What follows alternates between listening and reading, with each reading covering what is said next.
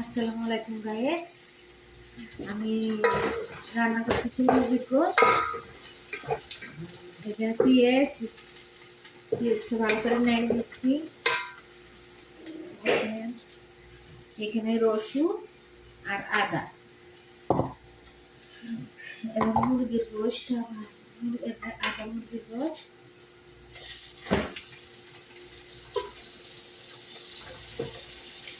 গোশত দেবো মানে ভাতটা দিতে চাল দিয়ে ভিতরে দেবো ভাত। সাদা আদা আর রসুন আমি পেঁয়াজটা আগে একটু ভাজি করে নিচ্ছি।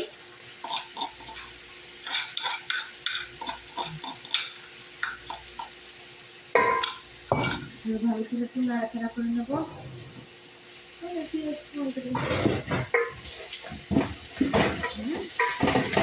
রসুন ভালো করে মুরগির গোশতটা আগে একটু হালকা ভাজি করে নেবো। এর ভিতরে চাল দিয়ে এর ভিতরে চাল দিয়ে দেবো। এখানে জিরে আছে আর ধুলে আছে, আস্ত ধুলে আস্ত জিরে এরকম, আর হলো হলুদ আর পেঁয়াজ।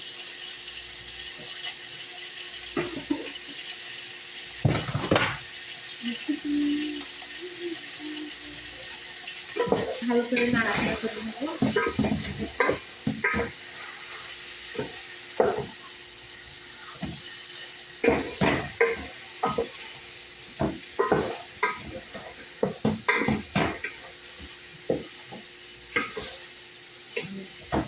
ভালো করে ভাজি করে নিচ্ছি মুরগির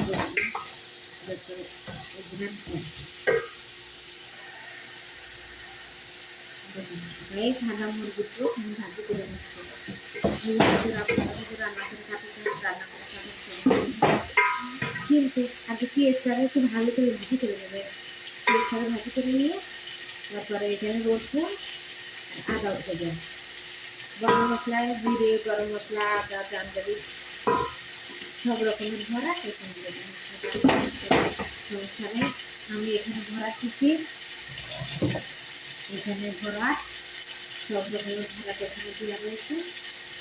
তোমার জিরের গুঁড়ো আর জিরের গুঁড়ো, রসুন, গরম মশলা, এলাচ, দারচিনি এছাড়া দেওয়া রয়েছে। এটা হলো কিন্তু এটা হলো লেমন আচার। লেমন আচার বাংলাদেশে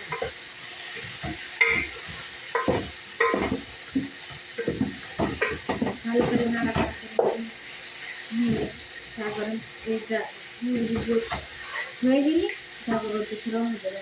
চুলোর পাড়ে দিয়ে হালকা তেল দিয়ে ভাজি করে ফেলে সেটা ভাত দেখতে দেখতে হবে বেশি সুন্দর লাগে।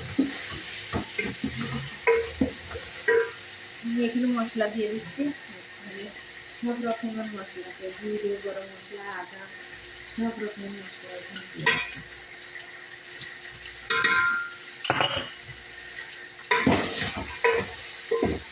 মশলা দিয়ে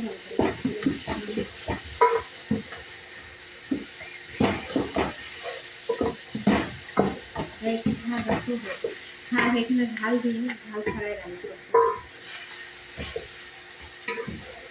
তেল দিচ্ছি। তেল দিয়ে মশলাটাকে ভালো করে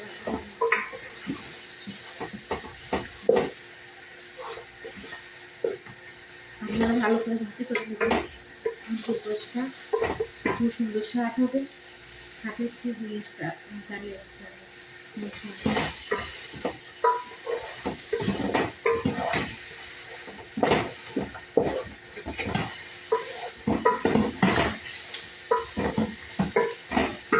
ভালো করে নাড়াচাড়া করে নিলাম।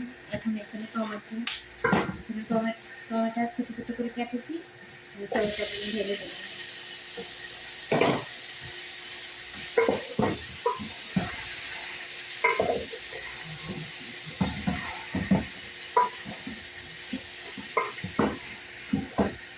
এখানে মনে হচ্ছে মশলা পুড়ে গেছে, তাই জন্য আমি আরেকটা মশলা এখানে দিচ্ছি।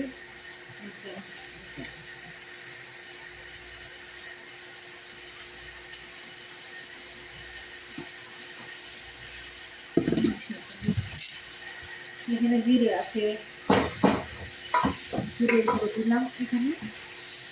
আর এটা সব রকমের মশলা, রসুন, পেঁয়াজ, জিরে, আদা, গরম মশলা, সব রকমের মশলা আছে কিন্তু ঝাল নেই।